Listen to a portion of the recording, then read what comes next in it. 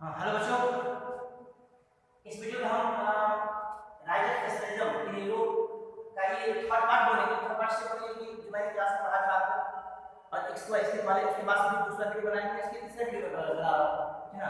तो क्लास में पढ़ा था उसको छोड़कर, तो ये जो रिवोल्यूशन ऑफ लिबरल राइट्स में 1848 में इसके बारे में बता दें कि इसमें हुआ ये था कि एक तरफ कंजर्वेटिव्स अपने शासन को बरकरार रखने में लगे हुए थे, वहीं पर लिबरल्स लोगों का एक अपना अलग नियम कानून था, उनका एक अलग सिद्धांत था, और उसी नियम कानून के आधार पर वो देश को बदलना चाहते थे ना। तो लिबरल्स थे वो देश को बदलना चाहते थे, देश में संविधान लाना चाहते थे।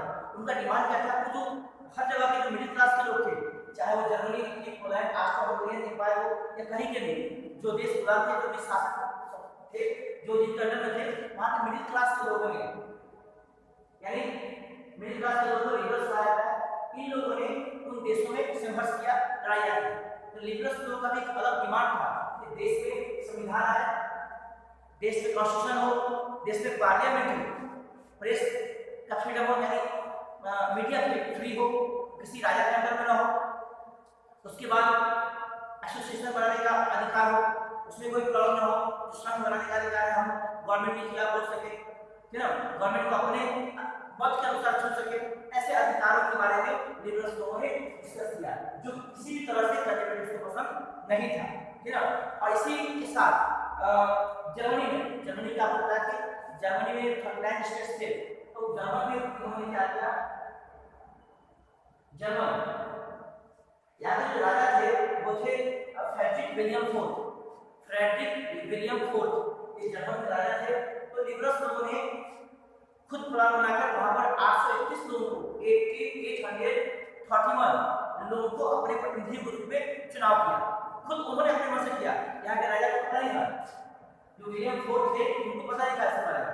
इन्होंने खुद चुनाव किया, और 831 लोगों को चुनने के बाद ये विलियम फोर्थ के पास उन्होंने भेज दिया कि जाइए और आप लोग मिलकर उनके साथ काम कीजिए। ये लोग वहां गए, 831 लोग वहां गए, किंग के पास गए, फ्रेडरिक विलियम फोर्थ के पास गए, और उन्हें जब अपने तरफ से कॉन्स्टिट्यूशनल सिस्टम प्रोवाइड किया, कॉन्स्टिट्यूशन के आधार पर जब उन्होंने एक सिस्टम प्रोवाइड किया, उनको ताज प्रोवाइड किया, क्राउन प्रोवाइड किया, तो फ्रेडरिक विलियम फोर्थ ने इनके ताज को इनके सिंहासन को लेने से मना कर दिया।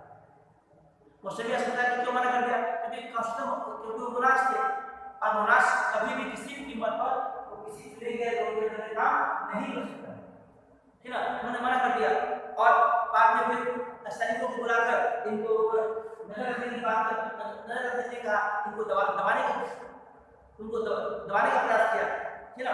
इधर औरतों की समस्या, औरतों को भी राइट टू वोट मिले थे, कई बार उनको ऐसे राइट टू वोट राइट से वंचित होना पड़ा था, काफी समस्याएं थी उनके लिए। तो उन्होंने भी मूवमेंट किया, उन्होंने भी मैगजीन निकाले, वहां पर के काम किए, मैगजीन निकाले, न्यूज़पेपर्स निकाले, और इस सब के माध्यम से उन्होंने अपने विचारों को लोगों तक पहुंचाने का प्रयास किया, ठीक है ना। अब ताकि औरतों का सपोर्ट मिल सके उन्हें, लेकिन उनका जो रिवोल्यूशन था, उसमें फायदा नहीं हुआ। जब सेंट पॉल चर्च में बैठक हुई, ये बोलकर कि औरतों को भी लेजिस्लेचर, ज्यूडिशरी और एग्जीक्यूटिव हर क्षेत्र में स्थान मिलेगा, तो औरतों को खुशी हुई। लेकिन जब सेंट पॉल चर्च में औरतों की बैठक, जब सभी प्रतिनिधियों की बैठक हुई, तो औरतों को भी बुलाया गया, लेकिन औरतों को वहां पर बैठने के लिए स्थान नहीं दिया गया, तो मात्र दर्शक के रूप में उनके साथ पेश किया गया, फिर उनको दर्शक के रूप में ही प्रस्तुत किया गया, बाकी उन्हें किसी भी क्षेत्र में पार्टिसिपेशन नहीं दिया गया। इसकी वजह से प्रॉब्लम हो गई। बाद में 1848 में ही लगातार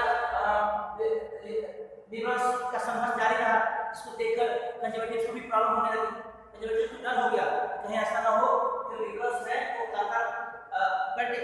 लगातार रिवोल्यूशन करके हमें हरा दे, है ना। इसलिए उन्होंने कुछ कंसेशन देने की बात कही, और लिबरल्स को तमाम तरह के कंसेशन दिए। सब यानी जो गुलामी था उसको खत्म कर दिया, बहुत से हंगेरियंस थे जो गुलाम थे उनको आज़ादी दे दिया, उनको अपने राज्य में रख लिया, लिबरल्स को बहुत से अपने शासन के अंदर में रख लिया, है ना। लोगों का बहुत से टैक्स माफ कर दिया। इस तरह से उन्होंने एडजस्ट किया, लेकिन फिर भी जो लिबरल्स थे वो मानने वाले नहीं थे। इसके बाद जो टॉपिक है वो फोर्थ पार्ट है, the making of Germany and Italy. आज देखना the making of Germany and Italy. यहाँ पर हम पढ़ने वाले हैं कि जर्मनी कैसे यूनिफाइड हुआ, जर्मनी कैसे यूनिफिकेशन हुआ, ठीक है ना। आप देखिए जर्मनी के बारे में आपको पता है कि नेपोलियन ने 39 स्टेट्स का 39 स्टेट्स से एक फेडरेशन बनाया, है ना। इस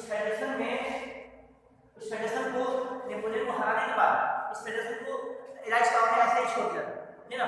लेकिन यहाँ पर एक दिक्कत थी कि यहाँ पर कोई भी व्यक्ति कोई व्यक्ति एक दूसरे से कोई कॉमन आइडेंटिफिकेशन, कोई कॉमन संबंध नहीं रखता था, है ना। सभी लोग अलग अलग थे। और 39 स्टेट में जो भी जितने भी राज्य थे, एक राज्य को छोड़कर सभी राज्यों को वहाँ के अलग अलग देशों के जो मनार्स थे, जो पावरफुल लोग थे, उन्होंने कल्चर का दे दिया, ठीक है ना।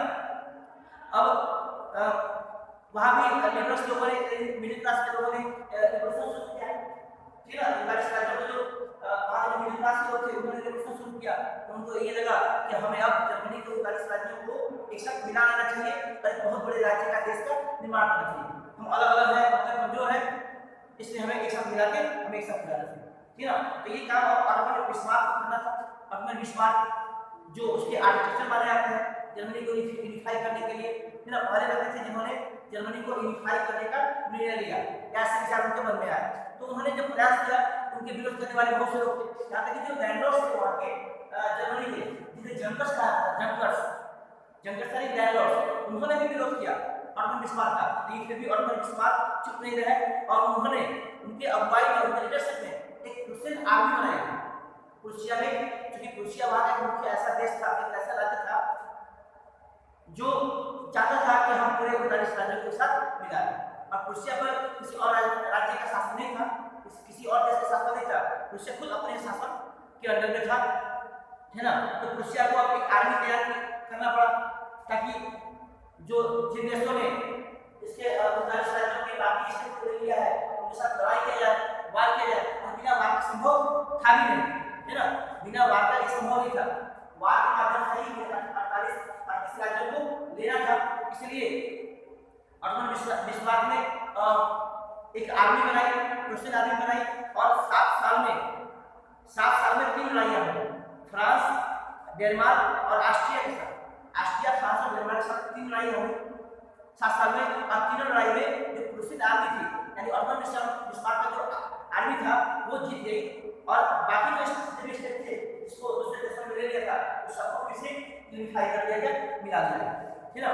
1871 में क्रूसेड किंग विलियम फर्स्ट, जो जिन्हें कैसर विलियम फर्स्ट कहा जाता है, उनको वहाँ का राजा बना दिया गया, ठीक है ना। वहाँ पे नया ढंग से सिस्टम शुरू किया गया, वहाँ पे नई करेंसी बनाई गई, बैंकिंग सिस्टम लाया गया, रजिस्ट्री सिस्टम बनाया गया, है ना।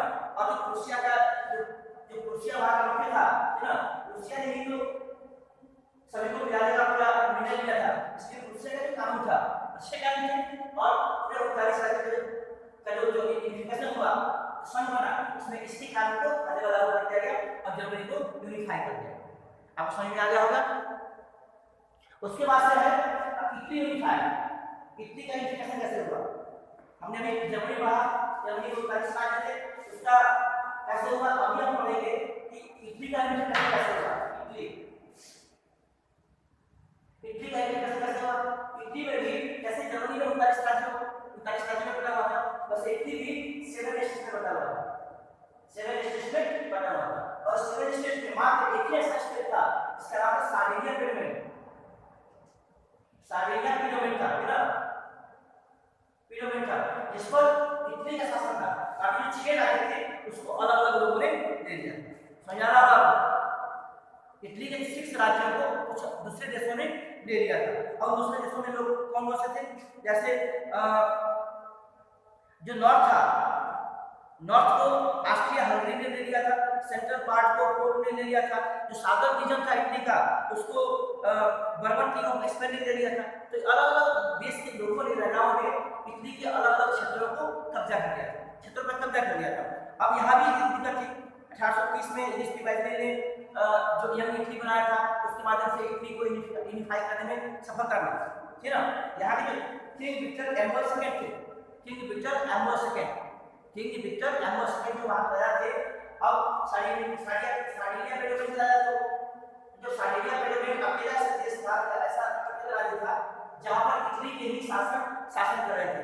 मैंने कहा क्या अब 6 लोगों को दूसरे लोगों ने ले लिया था, ठीक ना, तो 6 दूसरे लोगों ने लिया था। अब साइबेरिया पेरियोड में भी एक सैनिक एक आर्मी तैयार की गई। उस आर्मी का मतलब क्या था, इन बाकी के राजा थे जो अलग-अलग देशों पर कब्जा कर लिए गए थे, उनको मिस्र मिलाना है और सातों राज्यों को मिला के एक यूनिफाइड इटली का निर्माण करना है, ठीक ना। अब यहाँ पर जो किंग विक्टर एम्बल सेकंड थे, इन्होंने अपने दोस्त चीफ मिनिस्टर कैबर से मिले। चीफ मिनिस्टर कैबर, है ना, उनके दोस्त थे जो एक नहीं डेमोक्रेट थे और नहीं रेवोल्यूशनरी थे, मतलब उनको रेवोल्यूशन से मतलब नहीं था और डेमोक्रेसी भी पसंद नहीं था उनको। इसके बावजूद भी उन्होंने इन लोगों का साथ दिया, विक्टर एम्बल सेकंड का साथ दिया, ठीक ना। और साथ देने के बाद से दोनों लोगों ने मिलकर 1859 में उनको बहुत से लोगों ने हेल्प किया और उस हेल्प के माध्यम से 1859 में 1858 में ऑस्ट्रियन फोर्सेस को हराने में सफल रहे, ठीक ना। ऑस्ट्रियन फोर्सेस को हरा दिया, उस पार्ट को मिला के इटली में गिरा दिया। उसके बाद फिर लोग 1860 में फिर आगे बढ़ने का मतलब ये लोग इटली में गए, एक किंगडम ऑफ टू सिटीज में गए, वहां पर उनको लोकल ब्रिटिश का सपोर्ट मिला, लोकल जो किसान थे उन्होंने सपोर्ट किया उनका। फिर वहां पर विस्तृत गरीबाल दी, ठीक ना। 1860 में विक्टर एम्बल सेकंड में विस्तृत गरीबाल से मिले। विस्तृत गरीबाल से मिलने के बाद फिर उन्होंने 1860 में नए युद्ध का शुरुआत किया। फिर 1861 में स्पेनिश राजा को हराने की सफलता मिली, ठीक ना। ऐसे करते करते अलग-अलग समय में अलग-अलग राजाओं को हराया, जिन राजाओं ने इटली के अलग-अलग पार्ट्स ले लिया था, फिर जाके मिला के इटली को एक साथ यूनिफाई कर दिया गया, इटली को यूनिफाई कर दिया गया, ठीक ना। इटली को यहाँ यूनिफाई किया गया और इटली को यूनिफाई करने के बाद से 1861 में विक्टर एम्बल सेकंड को पूरे यूनिफाइड इटली का राजा बना दिया गया, वहाँ का शासक बना दिया गया, ठीक ना। तो वहाँ के लोगों को कंफ्यूजन होता था कि कौन किसकी पत्नी है और कौन किसका शासन है, क्योंकि जो देहाती लोग थे, गंवार लोग थे, कॉमन पीपल थे, उनको पता भी नहीं था कि हमारा शासक कौन है। पहले उनका शासक कोई और होता था, अभी कोई और हो गया, इसलिए उनकी दिक्कत हो जाती, ठीक ना। अभी हमने पढ़ा कि इन्फॉर्मेशन कैसे होता है, हमने जर्मनी के बारे में पढ़ लिया, ठीक है ना। इसके बाद हम जो नेक्स्ट है वो है the states of great Britain. अभी हमने दो देशों को यूनिफाई कर लिया है, जो तीसरा देश है जिसको हम यूनिफाई करने वाला है उसका नाम है ग्रेट ब्रिटेन, ठीक ना। द स्टेट्स ऑफ ब्रिटेन, यदि आप देखिए हमने ब्रिटेन के भी अलग अलग ये भी 3-4 नाम पढ़ा हुआ है, ठीक ना। वेल्स, स्कॉटिश, इरिश, ठीक ना, ये अलग अलग नाम पढ़ा हुआ है।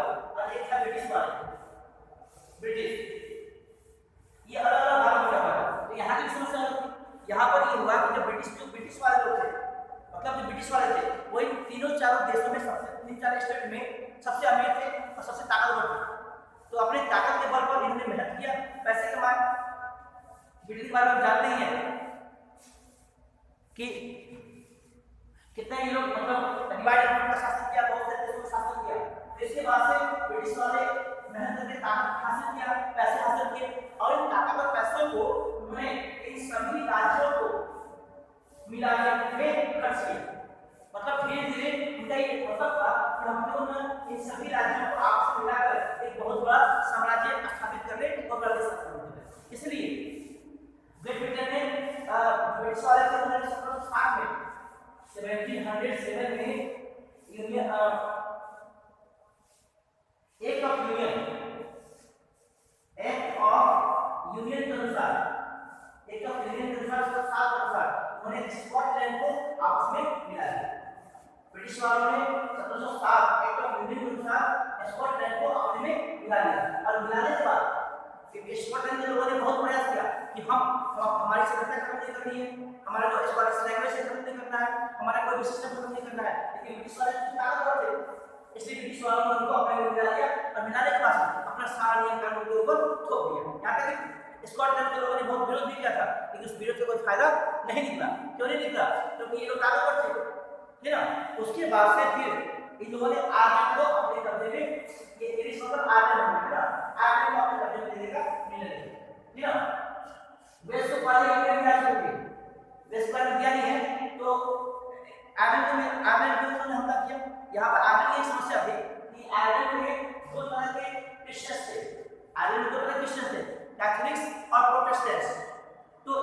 ब्रिटिश वाले थे ये प्रोटेस्टेंट्स को एनकरेज करते थे, उनको हिम्मत देते थे और कैथोलिक्स पर शासन करने के लिए कहते थे, जिसकी वजह से दोनों ग्रुपों में मतभेद हो गया और इस मतभेद का फायदा ब्रिटिश वालों ने उठाया।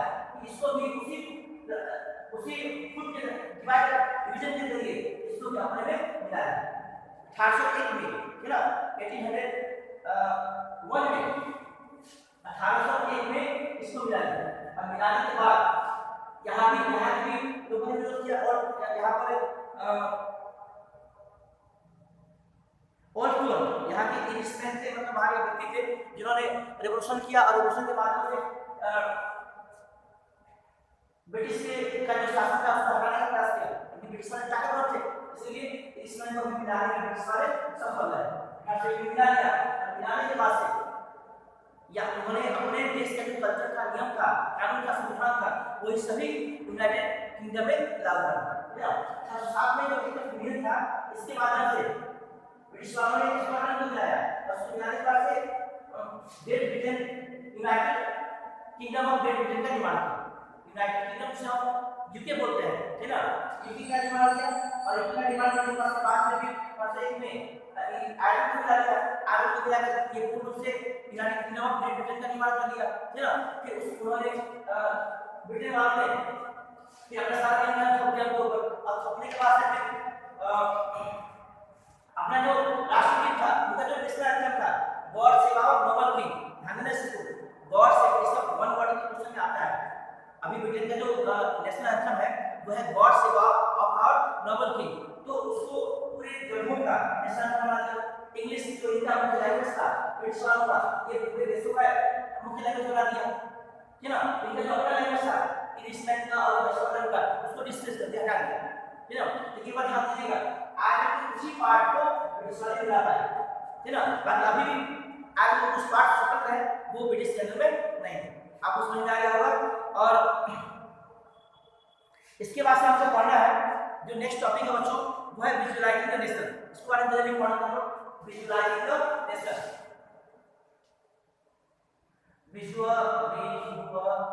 Visualising the nation. नेशन को विजुअलाइज करना, विजुअलाइज मतलब मानसिक चित्रण करना। ये नेशन क्या है? नेशन एक आवश्यक आइडिया है, एक भाववाचक संज्ञा है। तो अभी पहले जैसे हमने देखा कि फ्रेडरिक ने एक आवश्यक आइडिया यानी कि लिबर्टी को देवी के रूप में प्रस्तुत किया। तो पहले के जो आर्टिस्ट थे 18वीं शताब्दी के, जो 18वीं शताब्दी के जो आर्टिस्ट थे, वो सभी लोग औरतों को ही फिगर के रूप में प्रस्तुत करते थे। यानी जब भी इसमें क्वेश्चन आता है कि what is an allegory, allegory क्या है? जब भी हम किसी आवश्यक आइडिया को किसी व्यक्ति के रूप में या किसी वस्तु के रूप में प्रस्तुत करते हैं, उसे एलेगोरी कहते हैं। यानी देश को भी एक ऐसे बात है फ्रेडरिक ने लिबर्टी को, जो लिबर्टी क्या है, आवश्यक नाम है, आवश्यक आइडिया है, उसको एक रूप दे दिया, देवी का रूप दे दिया। तो क्या होगा? एलेगोरी हो गई। जैसे भारत माता हो गई, तो भारत का जो कुछ है नहीं, फिर भी माता का रूप दे दिया गया, भारत माता हो गई, है ना। ऐसे अलग अलग नाम दिए गए जिसकी वजह से हम मतलब सब क्या है, हमारे देश की एलेगोरी है, ठीक है। तो वैसे ही देश को विजुअलाइज किया गया अलग अलग देशों में, खासतौर से लेडीज फिगर को ही देवी के रूप में प्रस्तुत किया गया। जैसे देखे होंगे आप जस्टिस जो आंखों पट्टी बंधी होती है, जजमेंट की देवी के रूप में कोर्ट में खड़ी होती है, वो भी देवी के रूप में प्रस्तुत किया गया, ठीक है ना। इस सब अलग अलग रूप में बनाया गया।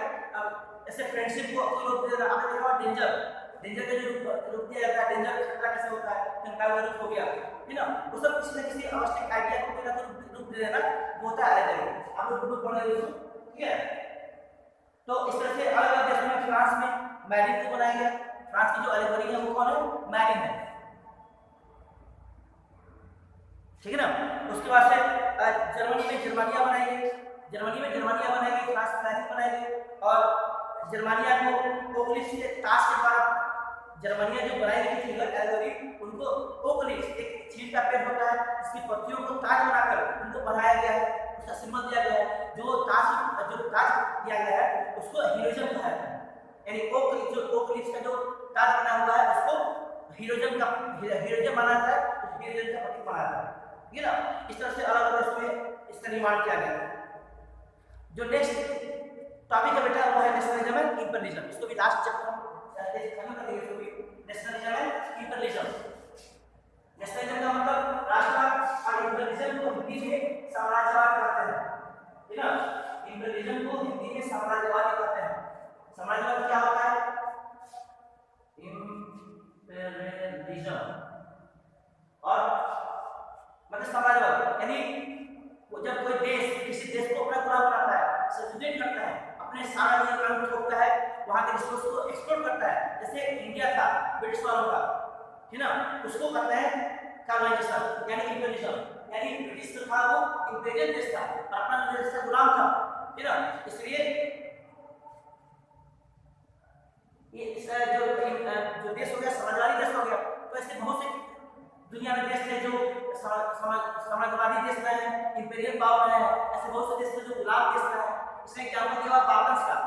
बाल्कन्स एक क्षेत्र था जो बहुत रिसोर्सफुल था, है ना, उसमें बहुत सी कंट्रीज को मिलाकर बना हुआ। आपको पता है ना ग्रीक वार इंडिपेंडेंस डे, जो ग्रीक वार इंडिपेंडेंस था, जो ग्रीक था वो भी ऑटोमन एम्पायर का लेना था और ग्रीक भी कभी बाल्कन्स का एक पार्ट का होता था। तो वहां के लोगों को स्लेव्स कहा जाता था, स्लेव, है ना, वहां के लोगों को स्लेव कहा जाता था। और स्लेव मतलब गुलाम हो गया कैसे दिखाया था, वहां के लोगों को जबरदस्ती काम करवाते थे। जो यूरोपियन पावर्स थे उनका निगाह पूरा उन क्षेत्रों में था, बाल्कन्स के क्षेत्रों में था, क्योंकि बाल्कन्स में बहुत ज्यादा रिसोर्स थे, है ना, और उन रिसोर्स को हर दुनिया के हर देश जो ताकतवर थे उसको लेना चाहते थे। मैंने आपने एक बार इसने ग्रीस को भी अपने कब्जे में ले लिया था, कैसा शासन किया उसके ऊपर, बाद में वहां पर राष्ट्र बनाया था।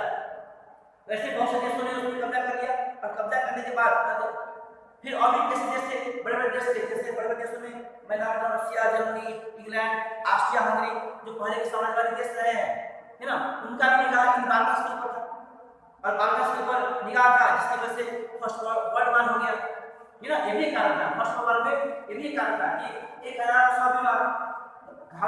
स्वाभिमान मतलब ये हो गया कि देश एक क्षेत्र था बाल्कन्स, इसके ऊपर कई देशों का अपना निगाह था। तो इसी चक्कर में इसी लालच में वहाँ फर्स्ट वर्ल्ड वार हो गया, है ना। तो बाद में बहुत साल तक बहुत से देश गुलाम रहे। फिर इस गुलामी के बाद से वहाँ के लोगों ने मेहनत किया और मेहनत करके नेशनलिज्म आया, राष्ट्रवाद विचारधारा अपना किया, है ना, और वो देश आजाद हो गया, वहाँ राष्ट्रवाद आया। हम समझ आ जाएगा, हम पढ़ेंगे, है ना, और इसमें इस माहौल में अपने आप को सुरक्षित रखेंगे, मास्क का यूज करेंगे, सैनिटाइजर का यूज करेंगे। धन्यवाद।